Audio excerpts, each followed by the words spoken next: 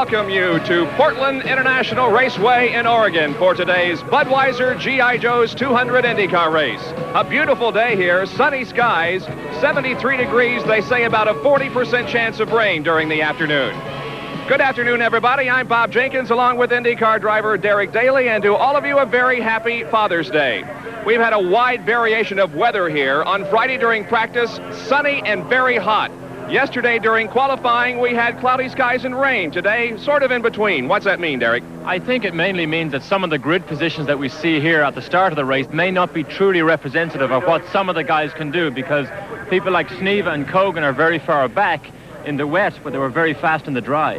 One of those guys who was very fast in wet conditions yesterday, the pole sitter, Emerson Fittipaldi. He qualified many times in the rain when he was in Formula One. To his outside on the front row will be Michael Andretti, the hottest driver in IndyCar racing. I think back at Phoenix in our first race, we suggested that maybe Michael Andretti might be the coming superstar. I think he has definitely developed into the superstar combination with this new look Craco team.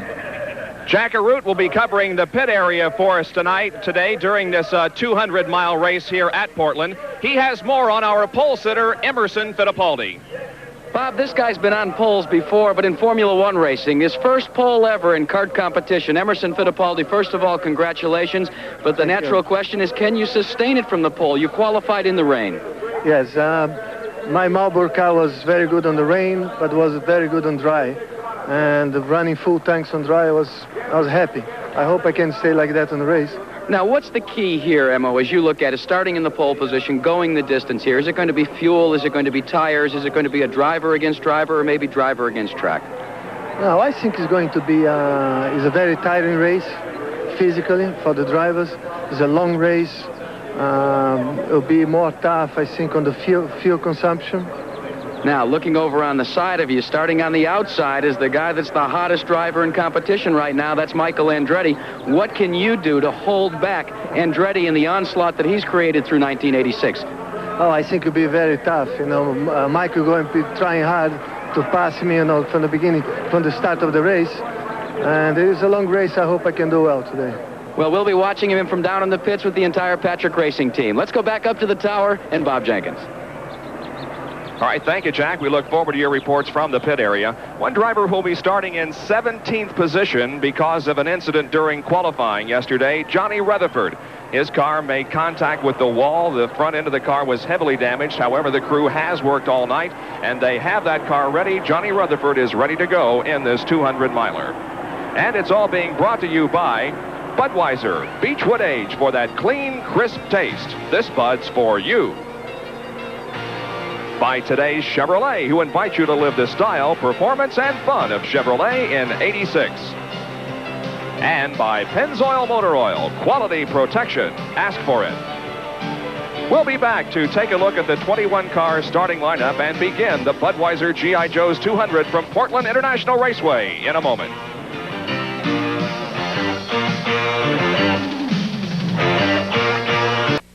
A brief overview of this course they'll be competing on is just less than 2 miles in length. There are 9 turns, 6 right-handers and 3 left-handers. The front stretch is 2,700 feet long, and the back stretch is 2,400 feet long. And there is a chicane at the end of the front stretch, and that may cause some problems at the start of the race. Derek Daly, our cohort here in the booth here, finished 4th at this race in 1984. He's a better look at this course. Today we will give you the course description in a rather unique way. What we'll do is we'll use the actual camera positions that you, the viewers at home, will see. The first camera we use is camera 1. This is on turn 9, which is the right-hand second gear corner at the end of the lap. The cars accelerate up to 5th gear along the front straight, where camera 3 then picks them up. This is a 172-mile-an-hour front straight. The cars come along here, get on the brakes, down to 3rd gear, and through this very fast right, left, right flick chicane. We then go to camera 4 that picks the cars going in through the infield, which is turn 1, 2, and 3. This is turn 1, a short acceleration, down to turn 2. Still the cars in 3rd gear. They then accelerate on the brakes again down to 2nd gear for this double apex 2nd gear left-hand turn. We then go to camera 5 that picks the cars coming into turn 5. This is a 2nd gear right-hand turn, probably the most important corner on the circuit.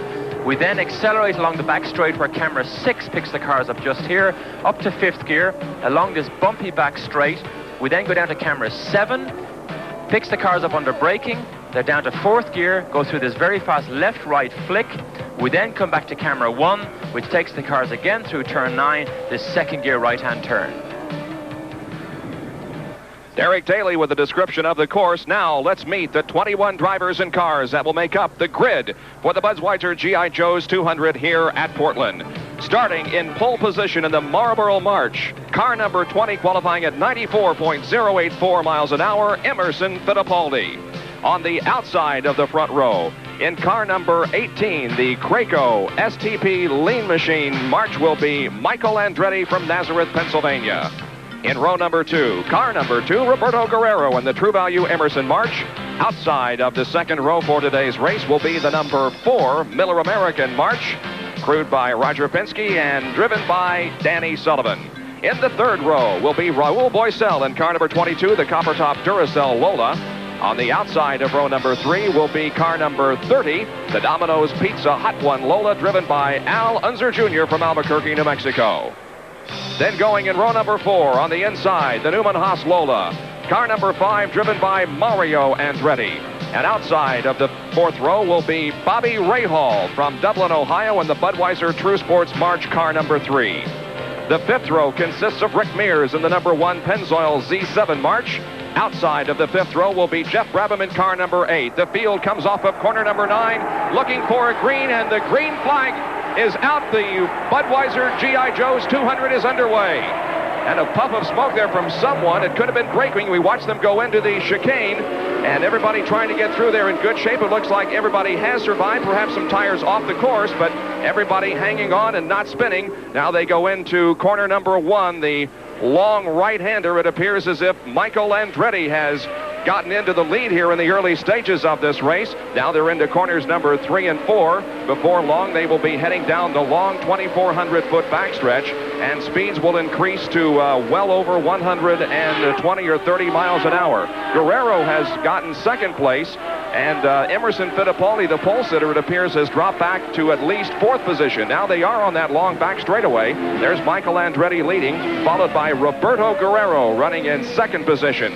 They're in corner number 9, about to complete lap number 1. And as they come off the corner and accelerate down the main straightaway, we'll tell you how they're running. It's Michael Andretti in 1st position, then Roberto Guerrero 2nd, Danny Sullivan, Emerson Fittipaldi, Bobby Rahal, Little Al, and Raul Boisel.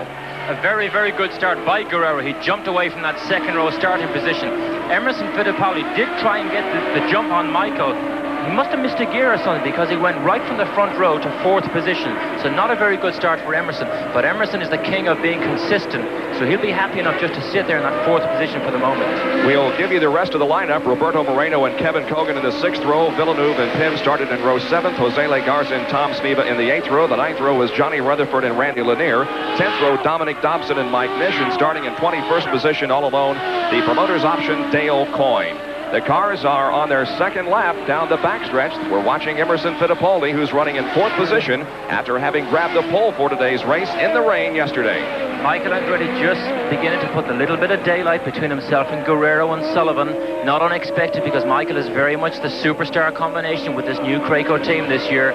He was very, very quick in the wet and the dry. The wet, he was just 2nd fastest. He told me after the practice that he screwed up a little bit, made a change, and didn't quite get the dry line that was becoming during the wet session. So he was always very happy with his dry settings in the car, and he shows it here by being comfortably in the lead. Well, it was a good, safe start as they went into the chicane. Some cars went through there 2 abreast, but everybody survived, and I would think that has to be a tough assignment right after you get the green to negotiate that chicane here, Derek. Particularly with this 3rd gear chicane, because it's fast enough that you think if you can just get the jump on a guy, you can get through there and get away. And everybody makes their mind up almost exactly how they're going to do the first lap, and they visualize how they can get through that ahead of the man beside him. But luckily we had no bumps and no traumas, and everybody was safe. Speaking of bumps, you mentioned during the course description the backstretch, which in past years was very bumpy. However, they have done extensive work over the past year to repave that backstretch, and it's really pretty smooth now. And I think the only reason that we didn't see a new record here in qualifying was because of the very poor weather conditions that we had. That's right. Michael Andretti is now 3.7 seconds in the lead and is increasing all the time. Roberto Guerrero, who was extremely happy with the handling of his car in the dry weather conditions, Looks as if he's not quite able to hang on, but I think he'll be happy with the second position at the moment. Roberto Guerrero running in second. There is the leader, Michael Andretti. Just about to go on to the backstretch once again. We have completed 3 laps here in this 104-lap race, consisting of 200 miles. The course just a little less than 2 miles in length. First, second, and third right there. There's Danny Sullivan, who is running in third position. And Derek, you expressed the opinion before the race that started as Dale Coyne has slowed and looks like is going to pull off of the race course. Dale Coyne in car number 19. He was the promoter's option. This is at the chicane. So if he parks that car on the course, we may have a yellow, but it appears as if he is pulling well off the course, so there will be no yellow in that particular portion of the racetrack. Dale Coyne retires and apparently becomes the first car out of the race. Michael Andretti is the leader. It's a engine problem that apparently has caused Dale to pull off of the racetrack. And Derek, you expressed the opinion. You thought that Danny Sullivan, who is third right now, is going to be very strong today. That's right. On the full tank run, which was yesterday afternoon, after all qualifying was over, everybody ran in the dry conditions. Everybody had full tanks, and I went out on the back straight, the end of the back straight, to watch the cars, and Sullivan was visually the fastest and most aggressive driver there. So I expect him to be, I thought he'd be the front runner almost instantly, but I think he will be very, very strong all through this race. Well, it appears as if he is closing in the distance between himself and Roberto Guerrero, running in second position. Danny Sullivan from Louisville, Kentucky, the 1985 winner of the Indianapolis 500, running third here. Behind him is Emerson Fittipaldi in fourth place. In fifth position is Bobby Rahal. Sixth is Al Unser Jr. Seventh is Raul Boisel. In eighth position is Jeff Brabham. In ninth is Mario Andretti. 10th position at the moment belongs to Rick Mears. And there's an interesting story in that Brabham car, who is running in 8th position right now. That is a Honda engine. We'll talk more about that as the race progresses. Danny Sullivan running third. You just saw Danny clip the curb on that chicane, and they've changed that curbing situation from last year when too many cars ran literally over the curbs and dragged some sand and stones onto the track. Now they've actually put speed bumps on the entry, the middle, and the exit, so to keep these cars on the track at all times. The little bit you saw Danny run over there, that's about as much as they would dare to risk to run over, because they would just break the car on the speed bumps. It does affect the handling of the car when you go over those speed bumps at high speed?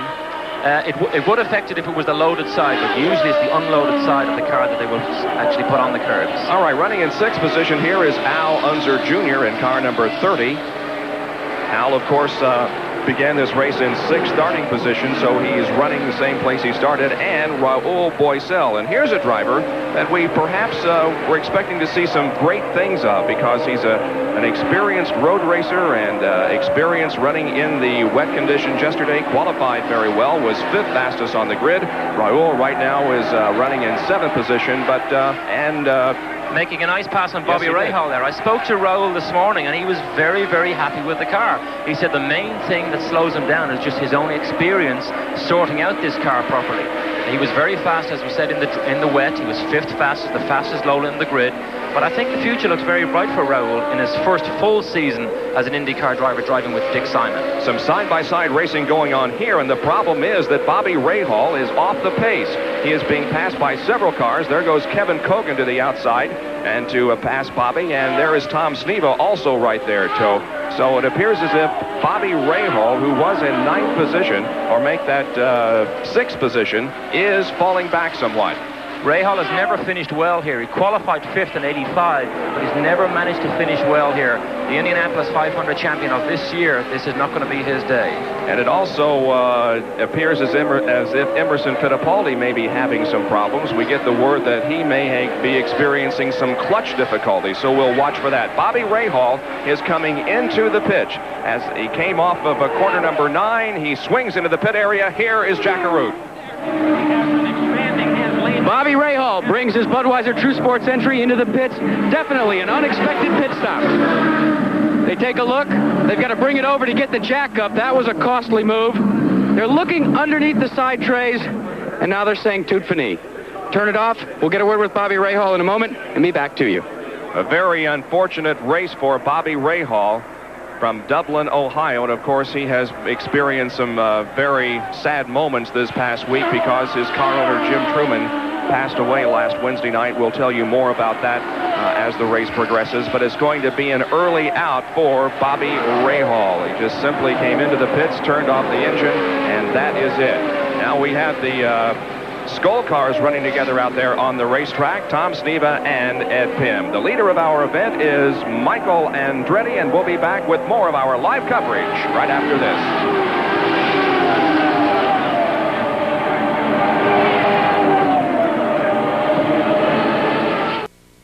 Our Napa mid-race recap shows that as we have completed more than the 102 laps that make up the 104 laps rather that make up this race. The leader at the halfway point was Michael Andretti.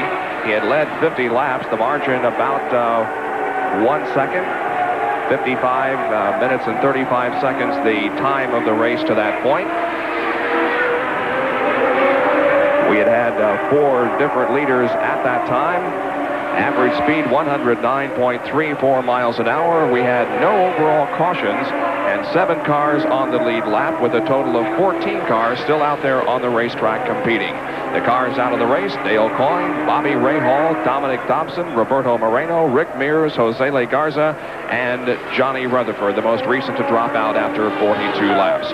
A big day of auto racing in the North American continent, as earlier today on ESPN at 11:50 Eastern Daylight Time, you saw the Canadian Grand Prix with Larry Nuber and John Bizignano. That race was won by Nigel Mansell. Finishing in second was Alain Prost. Nelson Piquet was third. Keke Rosberg fourth. And Ayrton Senna finished that race in 5th position. There was also a big NASCAR Winston Cup race at Michigan International Raceway, where they had the track repaved from last year and some fantastic speeds, qualifying at 172 miles an hour. And Bill Elliott has won his first points-paying race of the year. Of course, he had victories earlier this year in the Atlanta Invitational that we televised for you on ESPN, and he won a Daytona 125 qualifier. But this was his first victory of the year in a points-paying race for Bill Elliott.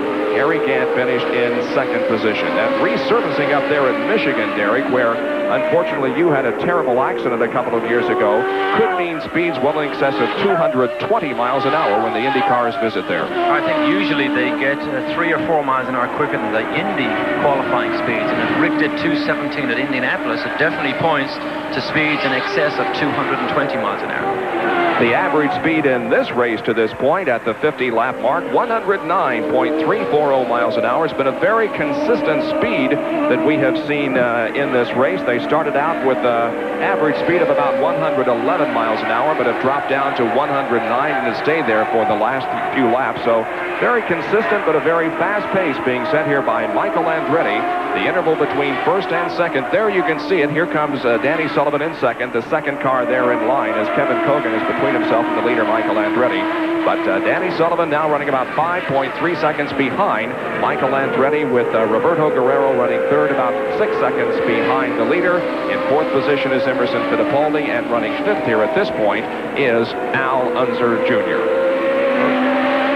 Well, we have observations and reports from Jack Arute now in the pit area. Well, Derek, let's update you. Remember we were talking and discussing, do you put hot tires or cold tires in the blankets? Well, here's the story. They put both inside. What they're doing with these electric blankets is trying to keep not only the heat, but the pressure inside the tires. I talked to the tire expert here in Danny Sullivan's pit, and you can see them working them over now. They say it takes as much as 1 entire lap around this place to get the tires up to the proper pressure under racing conditions. So, they say we've gone to the electric blankets so that we can maintain that pressure while they're off the car, in case we've got to put them back on. Jack, we spoke earlier on about Danny possibly picking up 3 seconds in his pit stop.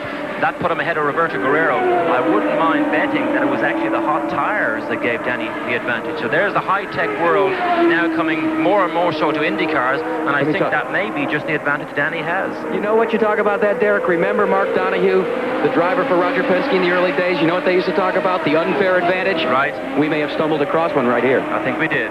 The leader is working heavy traffic at this point. He's the last car there in this line. Right ahead of him is his father, Mario, and Mario is running in 7th position. We have 7 cars on the lead lap, but Michael will try here on the backstretch perhaps to pass his father. There they go side by side. Michael elects not to pull alongside and pull the pass at least right now. We'll see what happens. Oh, and look at him sneak to the inside and make a nice move on his father in turn number 9, and he puts his father a lap down. So we have 6 cars now on the lead lap. How about that for Michael saying, watch this, Dad? I don't think Mario will be impressed at the little tap that Michael obviously gave his father's right front wheel there. I think we'll probably run that back again so you can see. But Michael actually committed himself to go down the inside, maybe a shade too fast, drifted wide, and actually touched the front wheel of Mario's car. I don't think his dad would... we see it here. You see Michael down the inside, completely committed. He hits the curve with his right front wheel, bang, just hits his dad there. I don't think they're the type of lessons his dad taught him. Now Michael is trying to lap, and as a matter of fact, he already has. He has passed Al Unser Jr. So we have 5 cars now on the lead lap. Of course, what's happened now is Michael's got caught in traffic. The gap has now come down to 1.9 seconds. So there's Michael, Al Jr. just behind him, but Sullivan and Guerrero are right there now, 1.9 seconds behind. We'll see if Sullivan and Guerrero have trouble getting through this traffic. If they do not, then this interval between first and second may stay at about the 2-second mark. We watch them come down the main straightaway here. Michael Andretti is the 2nd car in line. That's Kevin Kogan running at the front of the pack, I believe, or is it one of the Gallus cars? It's one of the Gallus cars, Jeff Brabham, that Honda car, which is just about to be lapped. Now, the traffic cost Michael time. Of course, the traffic is still there, so it will now cost Sullivan and Guerrero some time before they can head off after Michael again. All right, so Michael Andretti trying to pass the 5th place car of Jeff Brabham at the moment, and there are 2nd and 3rd, Danny Sullivan and Roberto Guerrero, and as you can see, they're also having a bit of a problem getting by the slower cars here on this tight 1.9-mile course. Michael has passed Jeff Brabham in the Honda car. I have to say, that was a very risky move for Michael to do. I think if he was in the same position again, I don't think he'd do that. And I think I remember 2 years ago, him putting exactly the same move on Jose Lee Garza, and he hit Jose Lee in the same situation. So I think that's a fairly risky thing for Michael to do. While we watch 3rd place Roberto Guerrero, we will mention to you that Raul Boisel, who was in the top 10 but came in, is back out there on the track. Apparently it was a water pipe problem that has been fixed, and Raul Boisel is back out there in competition. And the number 12 car of Randy Lanier also has been black flagged, but they came in, tightened the rear wing, and he is back out there on the racetrack. So Michael Andretti is the leader, Sullivan is 2nd, Roberto Guerrero 3rd, and 4th is Emerson Fittipaldi. We lost a great contributor to auto racing this past weekend, our tribute to a great man. Last Wednesday night, auto racing lost one of its most respected participants, car owners, and friends. Jim Truman, owner of the True Sports March that Bobby Rahal drove to victory in this year's Indianapolis 500, lost a 2-year battle with cancer. The Indy win was perhaps the satisfaction of Jim's ultimate goal. The relationship between Rahal and Truman was more than owner-driver. It's not a typical arrangement by any means.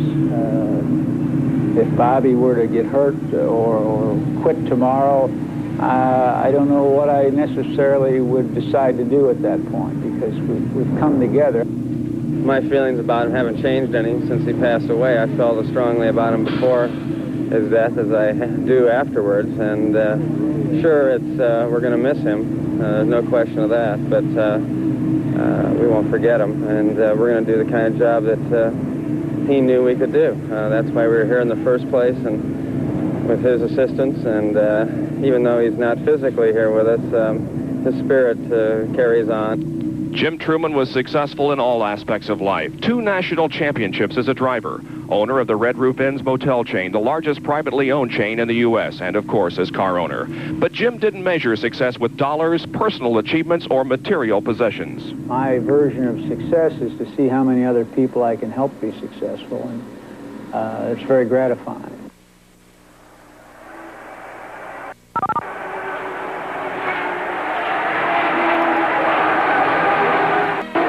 You could join us here on Father's Day for the G.I. Joe's Budweiser 200 IndyCar race from Portland International Raceway, in a crash involving Roberto Guerrero. as he has had contact with another car, and the car almost going over backwards. Roberto had just moved into second position, passing Danny Sullivan when this incident occurred. It's also involving Kevin Kogan. You can see that Roberto ran up over the rear wing, or at least made contact with the rear of the car of Kevin Kogan, and we have a replay of what happened. This could have been a horrible crash, Derek. Now, there's a good 2 car lengths between Kevin and Roberto here. I can only think that Kevin must have missed a gear, because Roberto literally ran straight into the back of him. So Kogan obviously slowed down, but an enormous accident. Could have been so much trouble here. Well, that car could have just gone right on over backwards. Fortunately, it did not, but it looks like that it's going to spell the end for both Kevin Kogan and Roberto Guerrero. He's moving down the backstretch, but of course very slowly, as the front suspension has been broken on that car. You can see the left front wheel. Both cars are still mobile, and Kevin Kogan will be first back to the pits. I'm sure we can get Jackie Root down there, but I'm sure there's no way Roberto could make a mistake like that. I think you'll find Kevin either missed a gear or had some hesitation exiting that pit lane. Well, there's Kevin Kogan. You can see the damage to the rear wing of his car. They're changing tires, but he's going to be in there, I would imagine, quite a while they get this repair done to the car. Let's go down to Jackie Root, who's in the Kevin Kogan pit. Well, it is definite.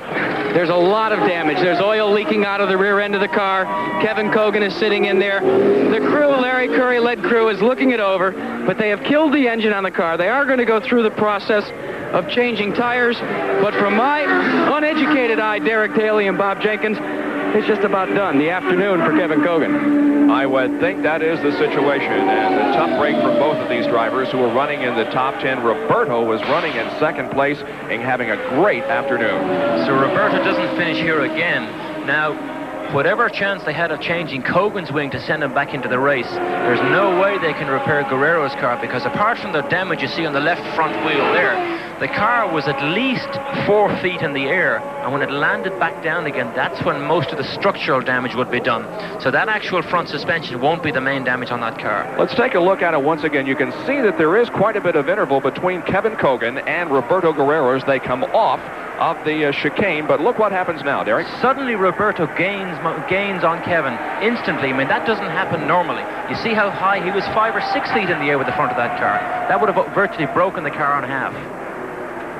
So there is the Roberto Guerrero car that is in the pit area, but as you can see, Roberto has already gotten out of the car. They're pushing it behind the wall, and for the second year in a row, Roberto Guerrero retires from competition here at Portland because of an accident. We only have 3 cars that are now on the lead lap. Michael Andretti is the leader. Here is second place Danny Sullivan, and third place Emerson Fittipaldi. So second and third right here, running about 5, 6, 7 car lengths apart. Here's Mr. Consistent beginning to show right at the head of the pack once again. We alluded to the fact that he may have backed off slightly just at the start, and now he's right up with Sullivan. Sullivan, in fact, is running 9.1 seconds behind Michael Andretti. So maybe Michael did turn the boost down for momentarily, but now he's just turned it back up again and now able to maintain that 9-second gap. So an unbelievable situation here, as an accident has taken out second place Roberto Guerrero and also put on the sidelines Kevin Kogan. Back with more in a moment.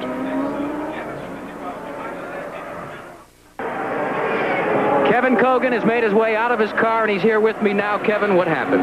Well, we're having some pickup problems getting the fuel, and the car has been starving coming off of several corners, and I've been pitting. I pitted the first time, and I still had about 8 or 9 gallons in the car, and I should have had about 8 or 9 gallons this time, and it started to run out of fuel again.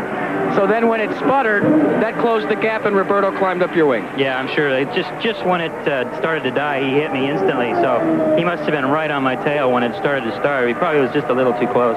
Well, that's the story on Kevin Kogan. Let's update you on his teammate, Emerson Fittipaldi. Emo has been in and out of the pits, taking on his fuel and his tires. And, gentlemen, by my calculation, he should, and I say should with quotation marks, be able to go the distance. What about it, Kevin? Do you think he can? I hope so. You know, what place is he in? What place? I think he's running second or third. I hope so. That's the story, gentlemen. All right, Jack, and all of the leaders, as a matter of fact, have made their second pit stop. Here is the battle for the lead, we believe, as Sullivan may have the lead now, and Michael Andretti second with Emerson Fittipaldi third. So now we have a contest on our hands. Michael Andretti, who has been so strong all afternoon, has the job of getting around Danny Sullivan here if he wants the lead back. We have completed our second series of pit stops, so we can go now the distance without any additional fuel, at least we think so. And we'll watch Michael try to put the heat on and try to get around Danny Sullivan. He may do it here in the backstretch. Remember, this backstretch has been repaved from last year. It's much smoother, and it gives the drivers a better opportunity to do some passing. Michael can't do it, though, and Danny hangs on to the lead. Just another point, a final point on the Roberto Guerrero accident.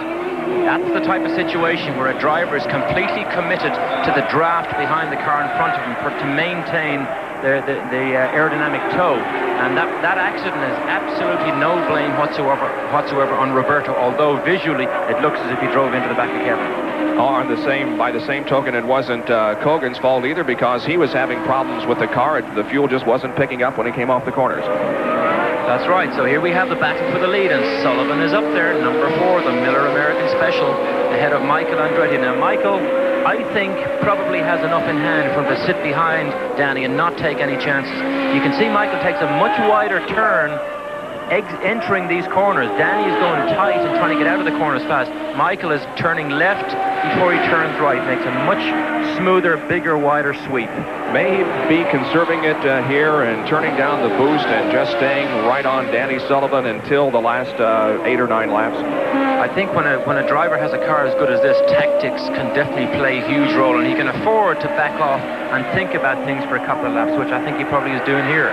The average speed at the end of 70 laps, we've completed 72 now, 108.436 miles an hour. Very consistent afternoon for the leaders who have been turning laps right around the 108, 109, 110 mile an hour mark.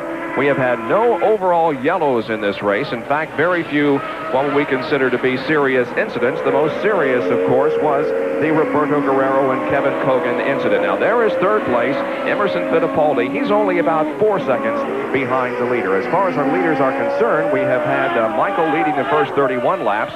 Then Roberto Guerrero led a couple of laps. Danny Sullivan led a couple of laps. Michael Andretti took the lead back, and now Sullivan has it again. 72 laps completed out of 104 that make up this 200-mile race at Portland. We'll be back right after these messages.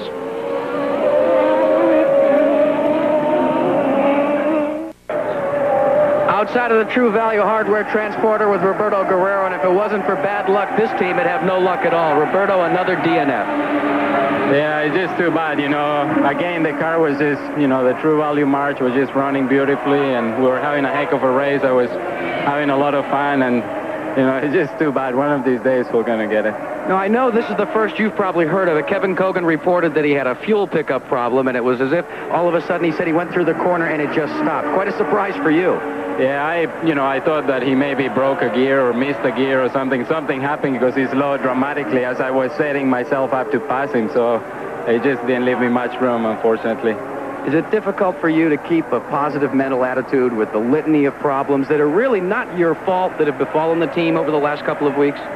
It's tough, but at the same time, we've proven that we're competitive, and our day is going to come. Well, that's what Dennis Hardy, his ace man here on the side, said before we went on the air. He said, hey, our day in the sunshine will be here shortly, fella. Roberto Guerrero had a 4th place finish at the Indianapolis 500 this year, was also in the top 10 at Phoenix, but DNFs at Long Beach, and an 18th place finish at Milwaukee, and an accident with Kevin Kogan has eliminated him this afternoon. There's your leader, Danny Sullivan, who has almost a 2-second lead now on Michael Andretti. There are 12 cars that are still out there on the racetrack. Let's run them down for you so we can tell you everybody that's still in competition. Danny Sullivan, the leader. Michael Andretti, second. Emerson Fittipaldi is third. 4th place is Mario Andretti. 5th, Al Unser Jr. 6th is Jacques Villeneuve. 7th is Ed Pym. 8th is Tom Sneva. 9th is Jeff Brabham. In 10th position is Randy Lanier. 11th is Mike Nish. And in 12th position is being shown as Roberto Guerrero, so perhaps we have 11 cars that are still out there on the racetrack. We have a report from the pits that Michael Andretti had in fact turned his boost down to 45 inches. They've now given him the signal. They've now told him to turn it back up again, back up to the 48 inches that they are allowed here. Now Sullivan is leading. Sullivan gained his position over Michael Andretti in a pit stop, just like he gained his position over Roberto Guerrero from third to second earlier on in the race in the pit stop. So Penske's in the pits definitely seem to be have the edge over most of the people here today. There's the interval between first, second, and third, as a matter of fact, as all three cars in the shots. There's second place, Michael Andretti, and third place, Emerson Fittipaldi. Randy Lanier, who's being shown in 10th position, 8 laps off the pace, is running out there on the course without a rear wing. Now, we've heard lots of stories about how wings are smaller on the super speedways because, of course, the more wing you have, the more drag you have. But Randy is choosing to go without a rear wing at all. I imagine it's quite a handful. He did, in fact, bend it earlier on. We don't know whether he hit something or something hit him or it just broke, but it did actually bend earlier on. In fact, an identical thing happened at Long Beach, and he ended up pitting and taking Roberto Guerrero's wing. So there was 2 true value rear wings running around. But I really don't think the kart organizers should let him run around out there, because it can only be dangerous at high speed not to have any downforce on the rear. We're watching Emerson Fittipaldi in car number 20 and third. Now here is the leader, Danny Sullivan from Louisville, Kentucky. About a 2-second lead on Michael Andretti, and it appears as if maybe the interval between second and third is narrowing a little bit, as Emerson Fittipaldi, who was the pole sitter for this race, but who dropped back at the start of the race to about 5th position and appeared at one time to be running well off the pace, has been consistent this afternoon and is still indefinitely in position to win this race. From what we can see of the last couple of laps, to me, Emerson looks to be the strongest of the 3 people out there. Now, I can't think that Michael still has the boost turned down. I think he has it turned back up again. And Emerson is slowly reeling him in. And, of course, Sullivan is not getting away from either of them. So this could be a very, very interesting race. You know, one thing that Danny Sullivan may be concerned with is staying out in the lead because, well, Michael Andretti there going wide to pass Randy Lanier. There's lead Lanier car without a rear wing. That's one of the reasons just there why Lanier should not be allowed out on the track, because he is only a danger to himself and to everybody else, not because of the way he drives, but because the way the car cannot possibly handle well at high speeds. And there, if Michael had committed himself to going through, Randy Lanier can't change his line. You could have had a very difficult situation with the second place man. We were talking about how Danny may want to remain in the lead because you'll remember Rick Mears made a very clear point during a running of the Indianapolis 500 that his car just did not perform well in traffic. So maybe Danny wants to stay out in the lead, away from traffic, and so the car will perform better. We did say right at the start of the show that Sullivan looked as if he could be the man. He's going to be the danger man here because he was very, very quick yesterday evening on full tanks. And here he is at the head of the field, so maybe he was a bit of a sandbagger before this race started. The lead changed because of pit stops. Michael Andretti was in the lead until the most recent series of pit stops, and when they came out, Danny Sullivan was in the lead and has been able to hold it since then. We have completed 84 laps. Make that 80 laps, 24 to go. And Emerson Fittipaldi may be in serious trouble now. His day is over. His day is definitely over. We saw a plume of smoke come out the back. He's lifted his visor. There's the hand up. He knows it's over. The engine is now dead. It's just a matter of getting the car off the track so as he doesn't cause a yellow flag situation. So now that puts Mario Andretti up into third position. Mario, who really has not been a competitive factor all weekend, is now up into third position. You see all the smoke begin to come out. That usually happens when there's oil lying around the engine compartment. And of course, these engines run so hot, all in under the engine cover is so hot that as soon as the airflow stops, then everything begins to burn. The driver who started from pole position, Emerson Fittipaldi, is out of the race. Last year here at Portland, he started 6th and finished 3rd.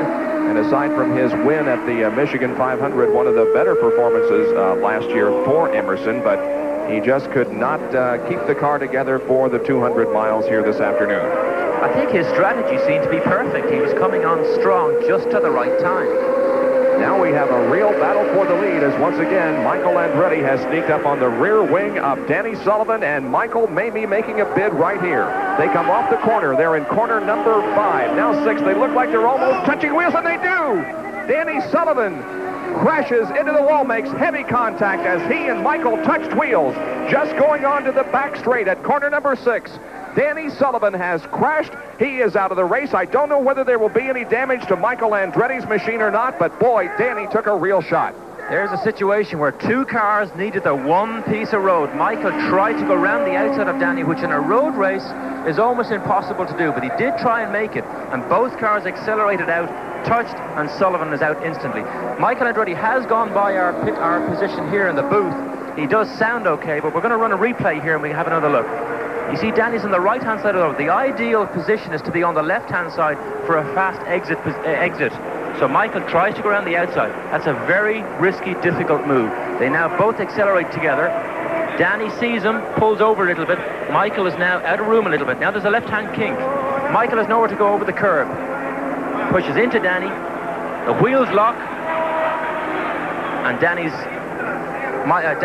car rides over the front wheel of Michael's car. Danny's quite lucky. He did hit that quite hard, but we do know he is okay because he jumped straight out.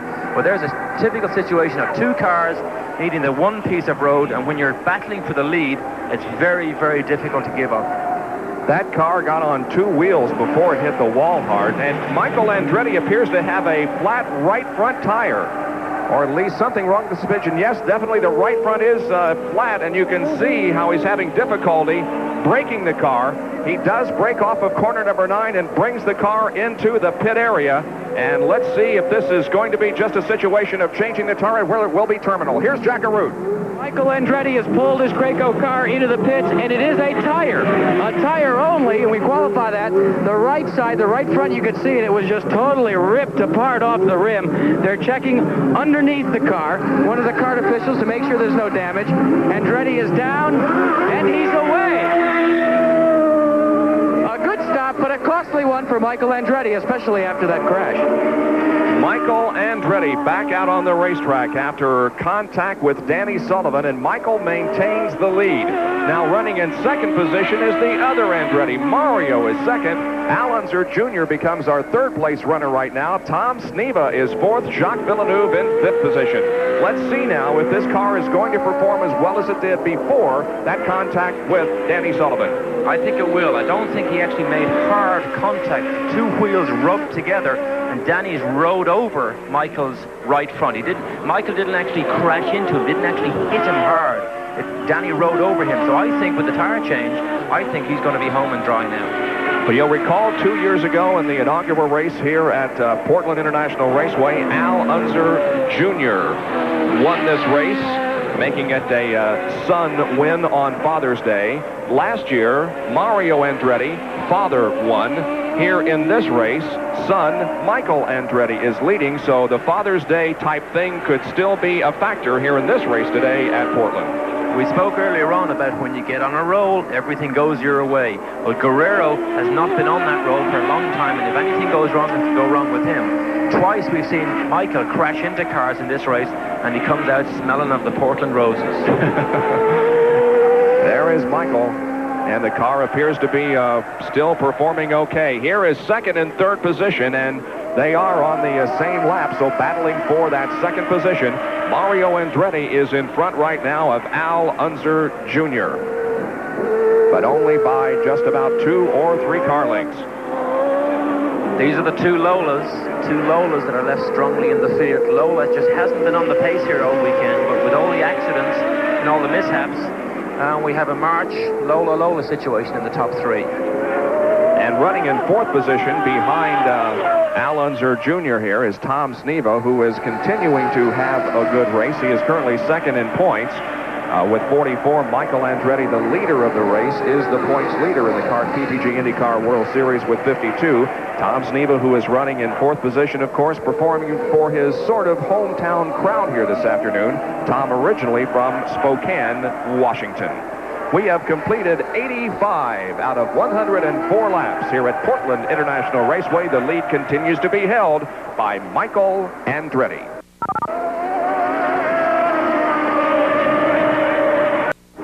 Lots of auto racing coming up for you here on ESPN on Sunday, July 6th at 2 o'clock Eastern Time. We'll be in Cleveland, Ohio for an IndyCar race. That's, of course, the race that's held on the taxiways and runways of Burke Lakefront Airport in Cleveland. It's at 2 o'clock Eastern Time on Sunday. Al Unser Jr., the defending champion of that race. We hope you'll join us. That'll be our next live IndyCar telecast.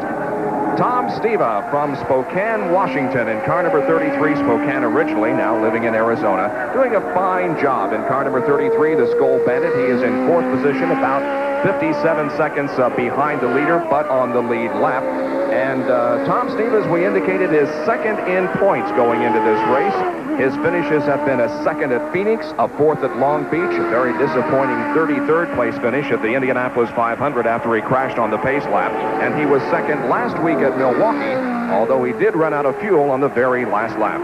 He can be the gas man or terrible Tom. Just depends on whatever weekend you catch him on. But Sneva quietly going about an efficient road race performance, just as he's done so many times. He likes us to know that he's getting along with his road racing trick, even though he does use his left foot.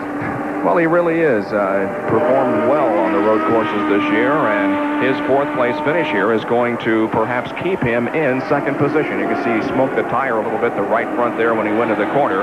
But Sneva in a solid fourth position right now. And Ed Pym, his teammate in car number 66, is running in sixth spot. He is a lap down to the leader, but also a good job for Ed Pym. And Ed Pym is another driver that was schooled and brought along by Jim Truman, whom we told you passed away this past Wednesday night in Dublin, Ohio. Ed Pym, former Super B champion, in sixth place. This is the new look Pace Electronics Skoal team. They go quietly about their business. Ed came here and was instantly in the top 5 or 6 fastest every time the car ran in dry conditions. So he just wants a nice, consistent run here. And they honestly believe and they honestly feel that their day is on the way. Their day will come for the sunshine. Well, I believe it will. I'm not sure whether it's going to be this year, but it's very obvious that Ed Pym in his IndyCar career has made great strides. We kind of wait for Michigan International Raceway when we talk about Ed Pym, because he has performed so well at that racetrack in both races last year. Jacques Villeneuve in car number 71 is running in fifth position. He's also a lap down to the leader, but a good run for Jacques this afternoon, who began this race back in 13th position. Jacques, in fact, is a 3-time world snowmobile champion. 1980, 81, and in fact, last year, 85, he won the snowmobile world championship. He's also a Can-Am champion from 1983. One IndyCar win, Elkhart Lake, last year when he ran the Canadian Tire team. But Jacques Villeneuve, by far his best position and his best race for quite some time. Jacques Villeneuve is the full-time driver for this team this year. Scott Brayton was thought of as perhaps the oval track driver this year, but it appears as if Jacques is going to handle all the races this year, both on road courses and on the ovals and the road courses both. There is Michael Andretti, who is about 10 seconds now in front of Mario Andretti. I think because the March was just that little bit superior to the Lolas all weekend, I think Michael can run a very, very consistent pace now and still maintain that 10-second lead. So I would imagine the boost may just be turned back down again to 45 inches. Second and third, Mario there in the red Newman Haas car, and not too far behind him is Al Unser Jr. in the Domino's Pizza Hot One Shearson Racing Team Lola in third position, about 11 seconds behind the leader. We have completed now 90 laps, and we have 14 more to go before the checkered flag falls. Will it be Michael Andretti or someone else? Well, we'll be back in just a moment to answer.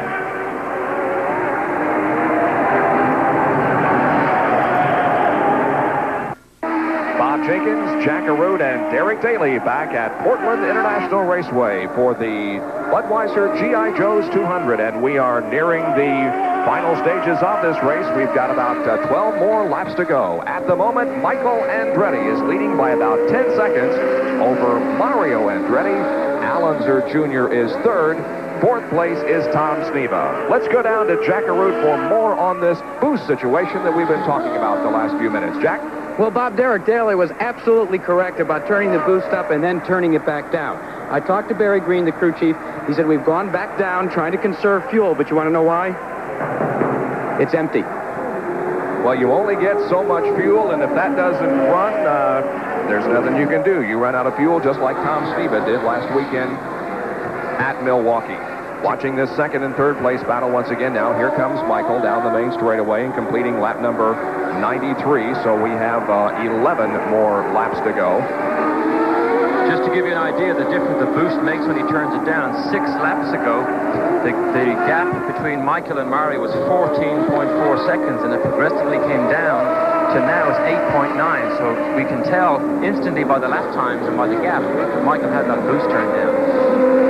And you can see that the interval between first and second has narrowed somewhat. It's down to less than 9 seconds now. There's second and third, Mario Andretti, and third place, Al Unser Jr. By the way, Al Unser Jr. will make this kind of the cycle if he finishes third in this race today. He was the winner 2 years ago. He finished second here last year, and he's running third in this race today. Now, Meadowlands is the next IndyCar race after this one, and a year ago, Al Unser Jr. went from his third place finish here to win at the Meadowlands.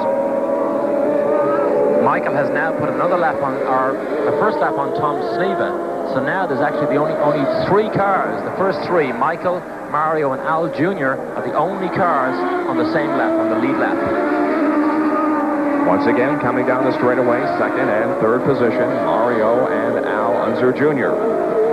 So we may see an Andretti sweep here this afternoon. Michael's son winning and father, Mario, finishing second. And we've got 10 laps to go in this race.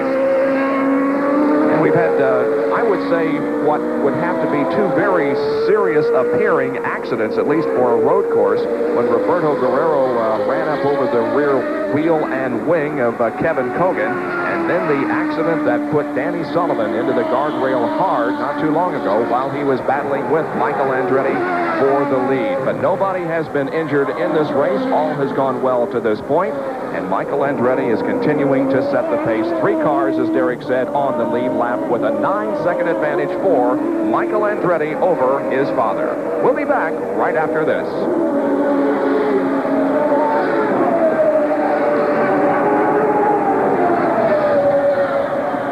G.I. Joe's Budweiser 200 in its closing stages here in Portland with Michael Andretti, the leader. It'll be his second win in a row if he can hold on here for the next 8 laps. That's all that remain in this 104-lap race.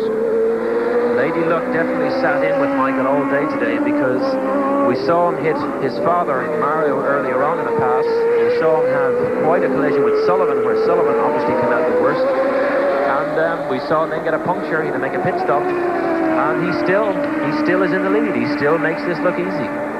Yeah, he really does. That car has just been so superb in the last couple of races. It ran well at Indianapolis, of course, led for a long time. But Michael finished 4th in the Indianapolis 500 this year. Make that 6th place after starting in the front row and leading it. But boy, since then at Milwaukee, he was just totally dominant in that race. And here at Portland, he has also been very, very strong. That's Jeff Brabham that Michael Andretti is putting another lap on. Jeff did put his hand up to motion Michael to go on inside him because Jeff obviously has no need to race Michael at this stage. The only thing Jeff is interested in is that Honda is still running reliably, so that will give this team, the Gallus team, great hope for the rest of the year. Yeah, it really will. He's running 7th right now, although he is 7 laps off the pace. The Honda engine has performed well all afternoon and could definitely be a factor in IndyCar racing in the coming years once development is fully finished on that car. This is actually a completely different engine than the Formula 1 engine that won the Canadian Grand Prix this morning. The Formula 1 engine is a V6. This engine is in fact a V8. It's a completely different engine. It's a completely different design and engineering staff. And at the moment, it's not officially under the wing of the factory Honda team. This is almost a private development Honda engine here that Gallus has. It's about a 9-second lead. You can see the interval once again. That was Michael going through the chicane, and here comes second and third position. That's Raul Boisel, who is running right ahead of Mario Andretti. Boisel has been in and out of the pits all day, but is now in 9th position, about 12 laps off the pace. But there is Michael, and we are completing lap next time around. We'll complete 98 laps. I think Mario can be quite happy with his second position at the moment, because having started 7th and having not really got on the pace all weekend, because of everybody else's misfortune, he can just drive a workman-like race and come in second. So the points really that he probably didn't deserve, or the team didn't deserve this weekend, will come his way. But again, I know that many, many times Mario has deserved the points and has had bad luck and not got them. Michael Andretti has a chance of picking up over $68,000 if he wins this race and become the top mini winner this year with over $400,000. 99 laps have just been completed, and Michael Andretti continues to hold on to the lead. We will resume with our live coverage right after this message.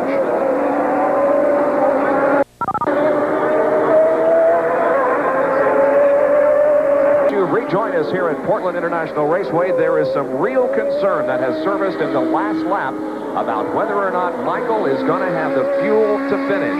He reportedly has told his crew that he doesn't think he can finish this race.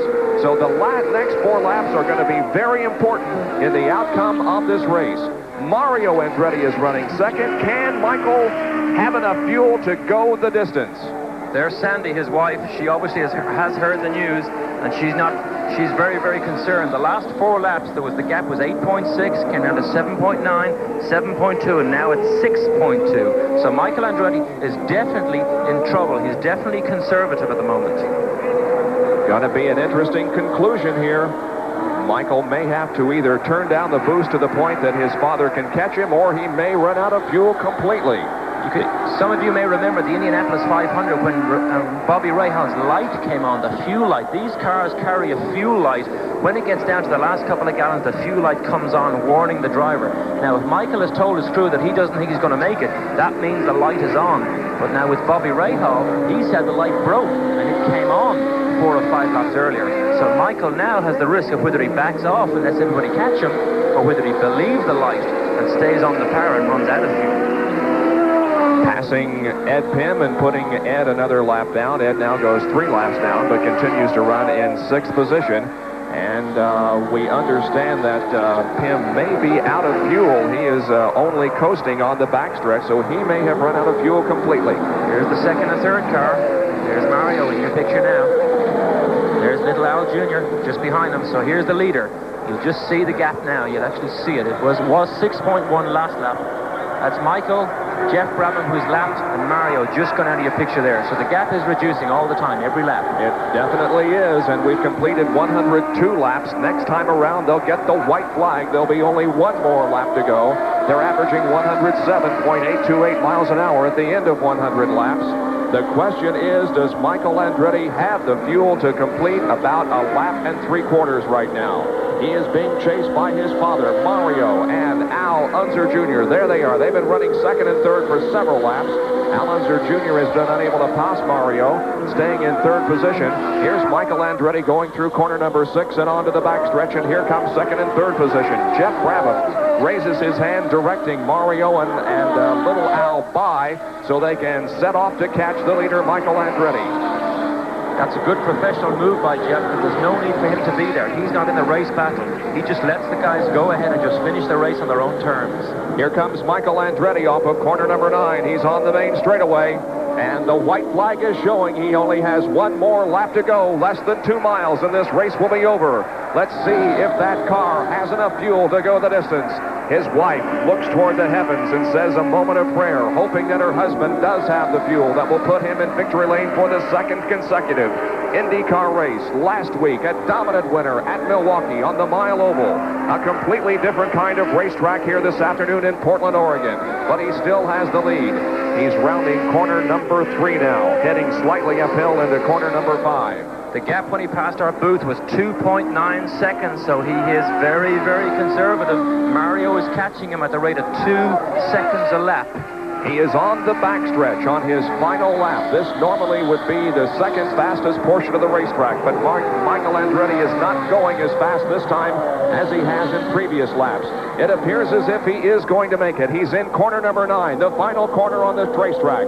He comes off the 9th corner. The car is a little slow coming off the corner. He's out of fuel. He is out of fuel, dropping to the inside. And here comes the finish line. Who's going to win it?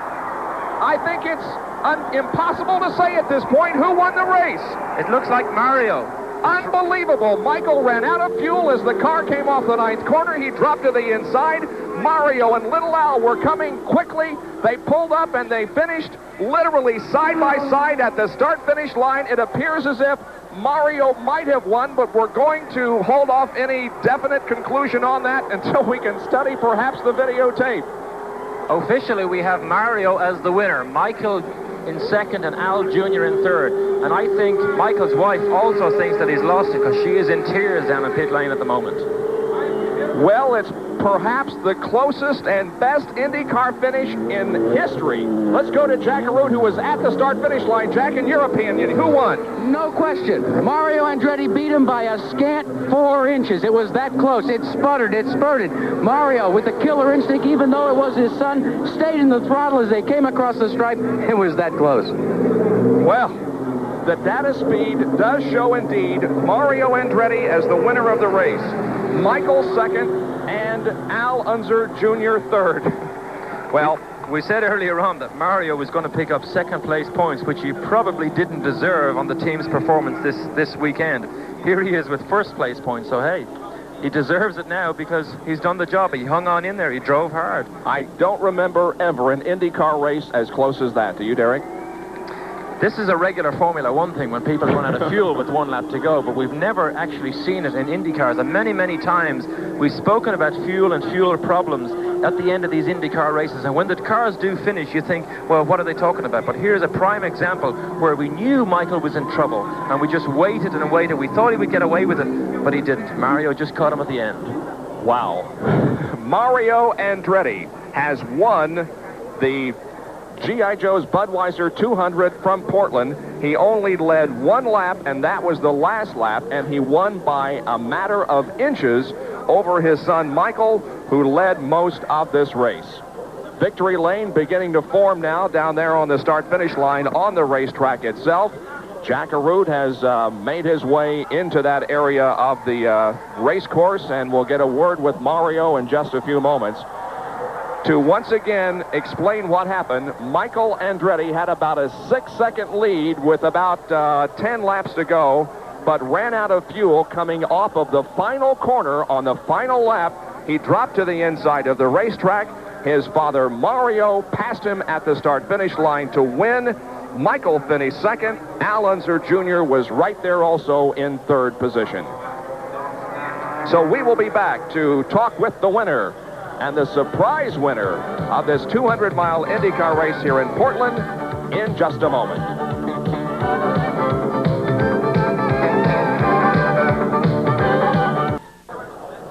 A tremendously exciting finish to this IndyCar race here in Portland.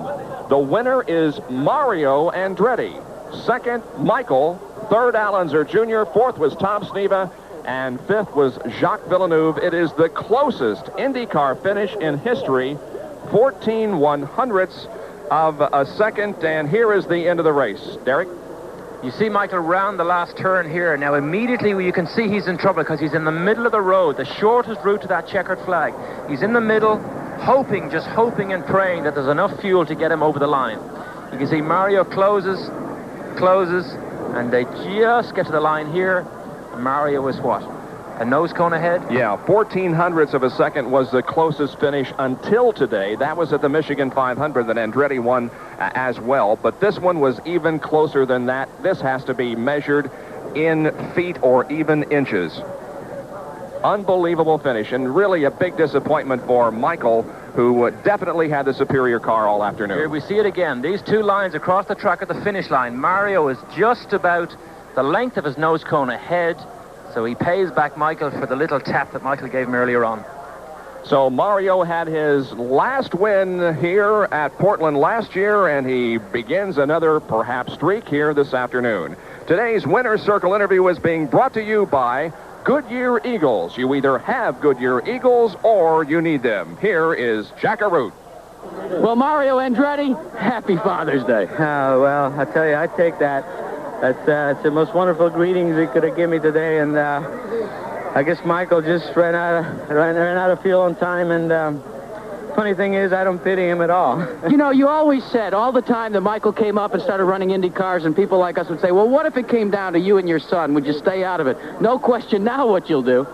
Well, the man upstairs is good to us because, as I said, we've been dreaming about these things, and what a day for it to happen. As I said, both of us can't really smile broadly, but it's just a wonderful thing, and I'm sure it's going to reverse, and it'll all even out. But for us, for the team, it's really fantastic. Well, the guy that's coming in to make the congratulations right now is Michael Andretti. Tough break for you, Michael. What do you think, though? When you knew that you were running out of fuel and you knew that it was your father behind you? Well, I knew it was going to be real close. In the last lap, I could barely keep the car running, and off the last corner, it just died, and that's how he got me. But anybody's going to beat me, I'm glad it was him. Mixed feelings at all? Well, a little bit, for sure. You know, I wish we could have won, not only for me, but the crew and everything. But I also want to say sorry to Danny Sullivan. I didn't really mean to do that. It was just one of those things. Do you want to say anything to your dad right now on national television? Well, happy Father's Day, Dad. That's the story from Victory Lane, and it's all Andretti. It's the closest IndyCar finish in history. Make that 0.07 of a second. Mario wins over Michael. Well, today's Budweiser G.I. Joe's 200 has been brought to you by Goodyear. You either have Goodyear Eagles or you need them. By Mobil 1 Synthetic Motor Oil. Mobil 1 protects your engine better than any conventional motor oil. And by Budweiser Beechwood Age for that clean, crisp taste. This Bud's for you. Thanks to Jack Arute for working the pit area and Derek Daly for his help in the booth. Once again, Mario wins over Michael in the closest IndyCar finish ever. This is Bob Jenkins. Thank you for joining us. So long, everyone.